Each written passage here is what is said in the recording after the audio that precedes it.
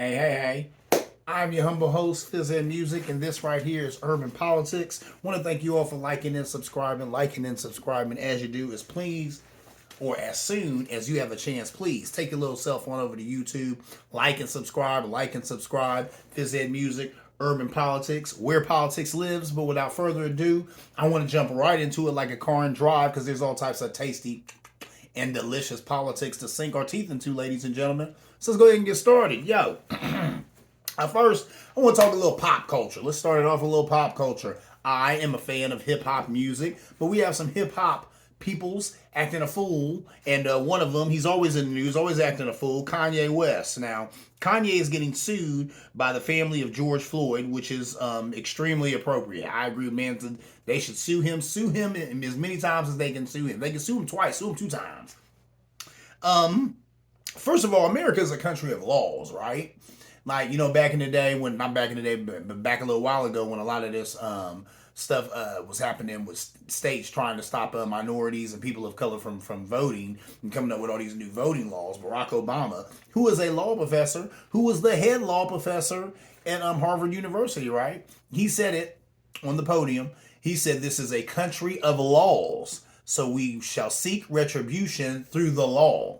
So the Floyd family is doing exactly what they should do. Their exact right as Americans to seek retribution through the law. Okay, because there has been some defamation of character. Mr. West has definitely went out of his way, and Mrs. Owens have went out of their way to defame the character of George Floyd, right? So Kanye on Drink Champs, and that's a show. Noriega, who's another, hip hop legend. He's the host of the show, right? So he's talking to Kanye West and Kanye West bringing up all types of crazy stuff, talking about George Floyd was no martyr and how there was fentanyl in his system and that's what killed him. And no, there was a coroner's report and all those other reports. Now, he had drugs in his system, but they said the reason that he ended up dying was asphyxiation. He could not breathe. And we all saw how Derek Chauvin knelt on that man's neck for 9+ minutes. I saw it, you saw it, his family saw it,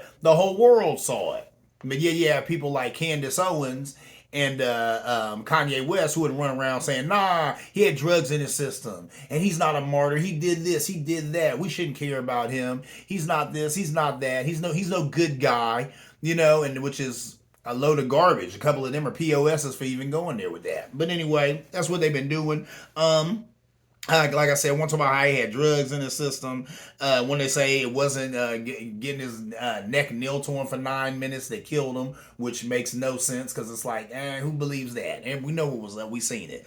The lawsuit also names, like I say, Candace Owens. She has a documentary about Black Lives Matter.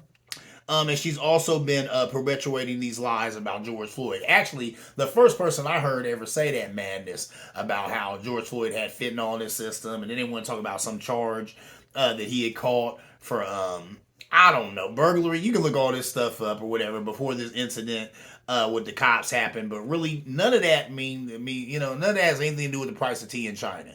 You know what I'm saying? The heart of the matter here is what happened that day when his life was taken unjustly by the police. Okay? And really that young sister who had the intelligence, you know what I'm saying, and also the courage to record the whole thing on her phone. Because had she not, we wouldn't be talking about it right now. We would have never known of this incident had that young sister not had the, the gravitas to pull her phone out and make sure that was documented in film, right? So there's that. All of this is interesting because Alex Jones, he was ordered to pay the parents of Parkland school shooting billions. Billions this guy's got to pay them. Now, that's right and exact. You know what I'm saying? That's a chef's kiss right there. Why? Alex Jones is a special POS. Here you have parents who lost their children, the hardest thing that anybody will ever go through. They lost their children, then some of them had to turn around and go into hiding and find new places to live because they had people who had been pumped up by this Alex Jones guy to go after them and tell them that they were lying or that their children were actors and were alive somewhere hiding out and all this other crap. So here's people going through the worst thing that anybody will ever go through, besides, I guess, losing a parent. I'll take that back. I am a parent. Losing a child is worse. That's the worst thing anybody ever going to go through is losing a child.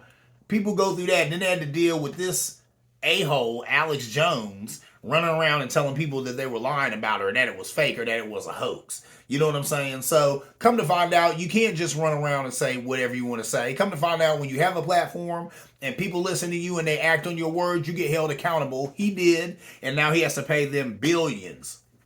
But that's interesting.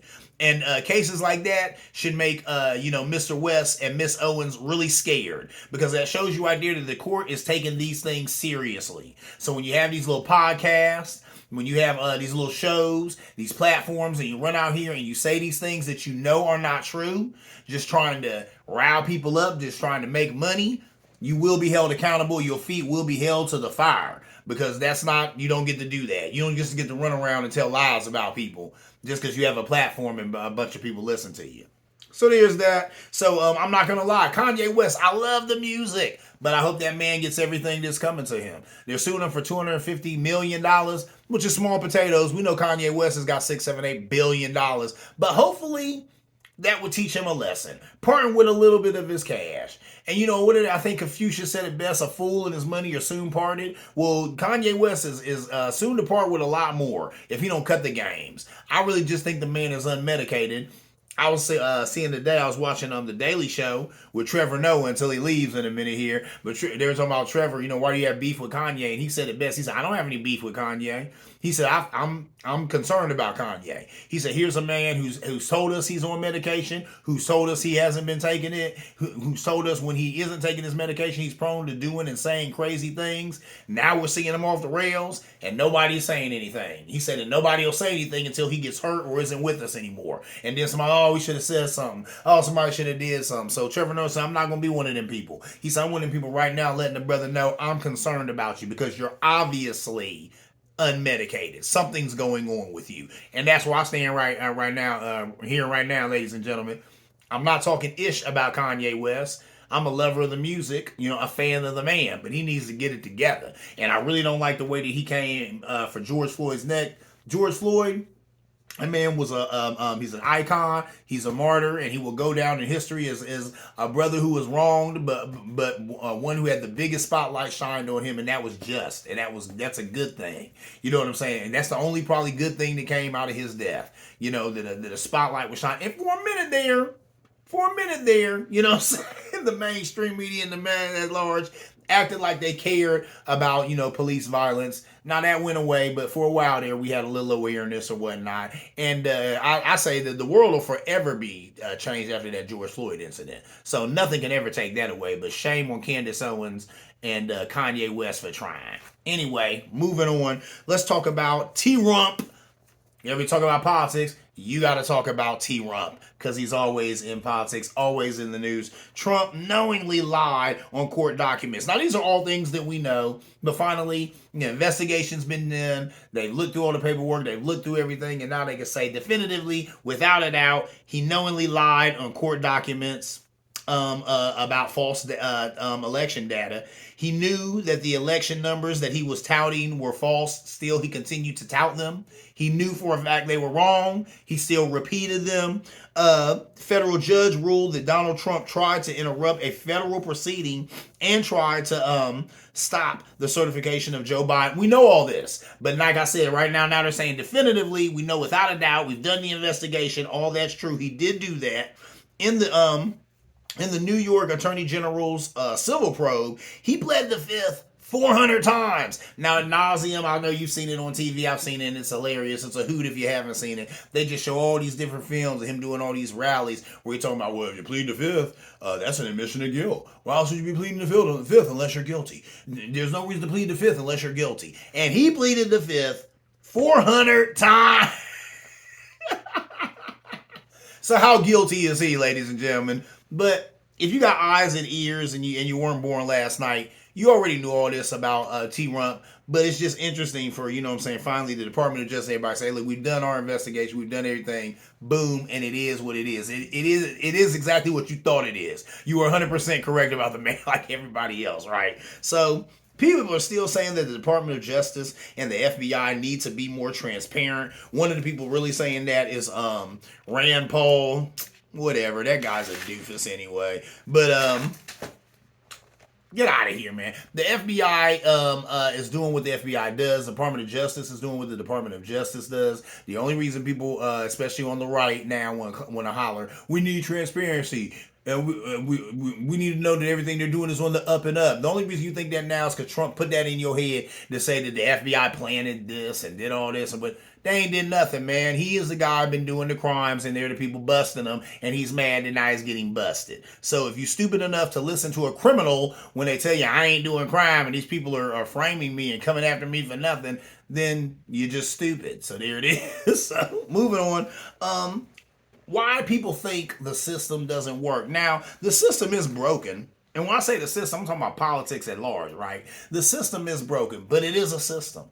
And there's a way to play this game, but people don't play it right. They don't rep the game right. So then they run around talking about how it doesn't work. Now, all politics is local. Let me say it again, ladies and gentlemen. All politics is local. So I say that because most of you all, like most people, are only paying attention to this game when it's what a guy I worked with.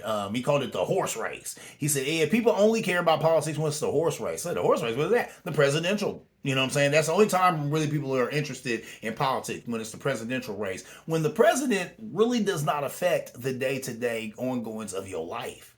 All politics is local. The people who are affecting that are your mayors, your judges, your police chiefs, stuff like that. And a lot of that stuff is handled, not a lot of it, all of that stuff is handled locally. These are offices that are voted on locally, right? So the GOP has been focused on controlling state legislatures, which is smart. Why? Because all politics is local. So the GOP knows that, hey, look, we can lose these national contests. It ain't no big deal because we lose those, but when the things come down the pipeline, if we own the state legislatures, we're still dictating policy because that's where the rubber meets the road. You know what I'm saying? The federal government does what it wants to do on high, but then when you break into these little states have what? States' rights. So they have the right to govern themselves, and that's what they do. And if you can get in those legislatures and make sure that they're ran by Republicans, then what you have a state governing itself in a conservative or Republican way.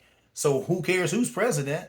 We already got the state. So that's what they've been doing. Smart. That's smart. And I've always went on record as saying Democrats, Republicans are so much better at the game of politics. They are. I think Democrats have better intentions. Republicans, they're snake oil salesmen. They're hustlers. A lot of times, but they're really, really good at the game of politics. They be on it. So there's that. Judges, like I said, law enforcement, mayors, all that stuff is local. Local state legislatures control redistricting. People going on now about how a lot of these people act a fool because they're safe, because they're in safe districts. Where does that come from? Redistricting. I talked about it on this show. The Democrats slept on that. They really did sleep on that. They weren't paying attention to that. Come to find out that most of this redistricting is handled at the local level, right? So look. Well, hold on. I'll get to that. Let me read some more stuff right here. Political change comes from a lot of people or a lot of money. And I've told people that that's the two things you got to have. You either got people or money. Use a serious juggernaut if you got both. If you could have 100 or 200 or 300,000 people who you can go in and tell somebody, look, these people said that they will sign for you or against you based on what you do or what we need. Or if you got a whole bunch of money, a couple of $1 million, you know what I'm saying? Like I said, if you got both, you're forced to be reckoned with. But one or the other in politics, you got to have one or the other. You know what I'm saying? If you're going to have any say to do anything, you better have a bunch of people power or you're going to have a bunch of money power, right? But there's too many Republicans who are in safe districts, and that's due to gerrymandering. What is gerrymandering? Let's talk about the textbook definition of gerrymandering. It is to manipulate the boundaries of an electoral constituency so as to favor one party or class. And that's what's going on. So like I said earlier, listen, in 25 states, the state legislature is controlled, or the state legislature controls redistricting. And in most cases, it has to be approved by the governor. So think about that. I want to say here in Ohio, and if I'm wrong, please, you're always in the pushback zone. Push back and let me know. But I'm pretty sure our state legislature is totally Republican. I think we have a Republican House. I think we have a Republican Senate. And I know our governor, DeWine, is Republican. Well, that's the Republican trifecta, right? So how you think that redistricting is going to look when they do it and when they control it? And then they got to kick it up to the Republican governor. What do you think he's going to say? when it's gerrymandered in favor of Republicans. He gonna say that map looks great. Let's roll with it. See what I'm saying? Politics, politics, politics, and that's where a lot of Democrats they lose right there. They losing the game right there. And like I said that a long time ago. They slept on that redistricting. That is so major. Why would they sleep on that? I don't know. But I think a lot of times the Democrats just rely on minority votes. The Democrats are like, well, poor people and minorities are going to vote for us, so we're cool. No need to really do any work or whatever, and they tend to be lazy, because that was lazy right there. Why would you not get up on that? Gerrymandering? And that's the reason why you have all these idiots who go out here and say idiotic things and do idiotic things, because they're protected by an idiotic base. You know, gerrymandering is why you have a Lauren Boebert. Gerrymandering is why you have a Marjorie Taylor Greene. Gerrymandering is why you have a Matt Gaetz, and why they do the stupid things that they do, because they are protected, right? Because of gerrymandering. You know, all the people in their district are voting for them come hell or high water. They don't care what they do. They're voting for these people, right? Because they want to stick it to the libs. Oh, well. So there's that. So really, it's sad that the Democrats, they sleep on that. But they got to remember, all politics is local, and local legislatures control gerrymandering. They control redistricting, so that hopefully you can stop gerrymandering from happening. They threw out the map in Ohio, said it violated the state's anti-gerrymandering amendment. So Republicans, and so this is what gerrymandering really means. So Republicans only get 55% statewide popular vote in Ohio. They only get 55% of the statewide popular vote, right? But then they will be positioned to win 75 to 80% of the seats in the Ohio congressional delegation. And that's redistricting. So what is that? You have a small group of people who have figured out a way to control the masses, right? To reflect a bigger number than they ever get. But people always talk about that here in America. They say we are truly, what did they say? We're governed by a few. We're the many governed by a few, or the thoughts and feelings or ideas of the few. And that's true. You know what I'm saying? That's what it is. That's truly what it is, because a lot of the stuff that they do and say is not popular, but somehow they're winning these elections. Somehow they're winning these legislatures. And that's how. You know what I'm saying? Being up on the game of redistricting, doing a lot of gerrymandering. They're making sure that their will is done, even when their will is obviously not the will of the people. It's obviously not the will of the majority. But they still get it off because it's all in the numbers. And what do I always say? Men lie, women lie, but the numbers don't lie. And if you can master those numbers, then you master the game. The GOP, they wicked with the numbers, man. They get busy with those numbers. You know what I'm saying? They got busy with that redistricting. Did they gerrymandering thing? A lot of them, like I said, they run these state legislatures. And I tell people all the time, what good does it do to have a Democratic president when the state that you live in is ran by all Republicans? When you have a Republican mayor, a Republican governor, a Republican state legislature? Who cares if the president is Barack Obama or Joe Biden? When you live in a Republican-ran state. All politics is local, ladies and gentlemen. So all of us need to pay attention to these local races, because that's where the game is won and lost at, right? So last thing I want to talk about before I get into my IPA of the week, because I got a good one this week, ladies and gentlemen. But before we go there, let's talk about the Pennsylvania race, right? The Pennsylvania race is between John Fetterman and Mehmet Oz. You know him, Dr. Oz, was on TV for years. John Fetterman had a stroke that nearly killed him. I think they said it was 3-4 months ago. So Emmett Oz invited him to a series of 5 debates while you know he was recovering from the stroke. Fetterman declined all of them.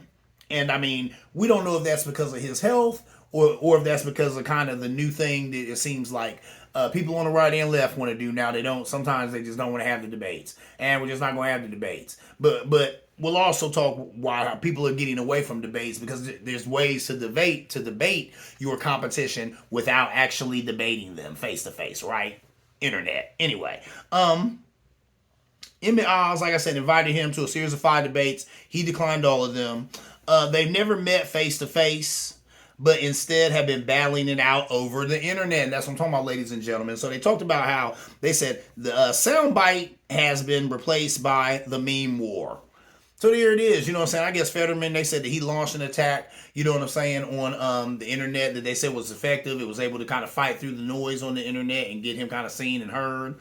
Emmett Oz has been going back and forth talking about how he's not fit for office. He done had a couple of strokes. He had that stroke a couple of months ago. You know, is he fit for office? Guy scared to debate me, probably because of his health. So there's that. There's a million things that Fetterman can come at Oz about, how he's had all these gaffes, how he's really not from Pennsylvania, don't know nothing about Pennsylvania, all of that type of stuff. So we'll see where this thing goes. But what I thought was so interesting about it is, well, they said these men have never debated face to face. They're supposed to October 25th. That's when they're supposed to have a face-to-face debate. We'll see how that goes. But I wonder what that's about. Is that because Fetterman is just like, well, you know what? I don't even need to do that. Is Fetterman like, you know what? Oz has shown himself to be such a buffoon and such of a guy outside of Pennsylvania, not a real Pennsylvanian, that I could just attack him on Twitter and probably be okay. No need to see him face-to-face until the 25th. Or does it have something to do with these strokes?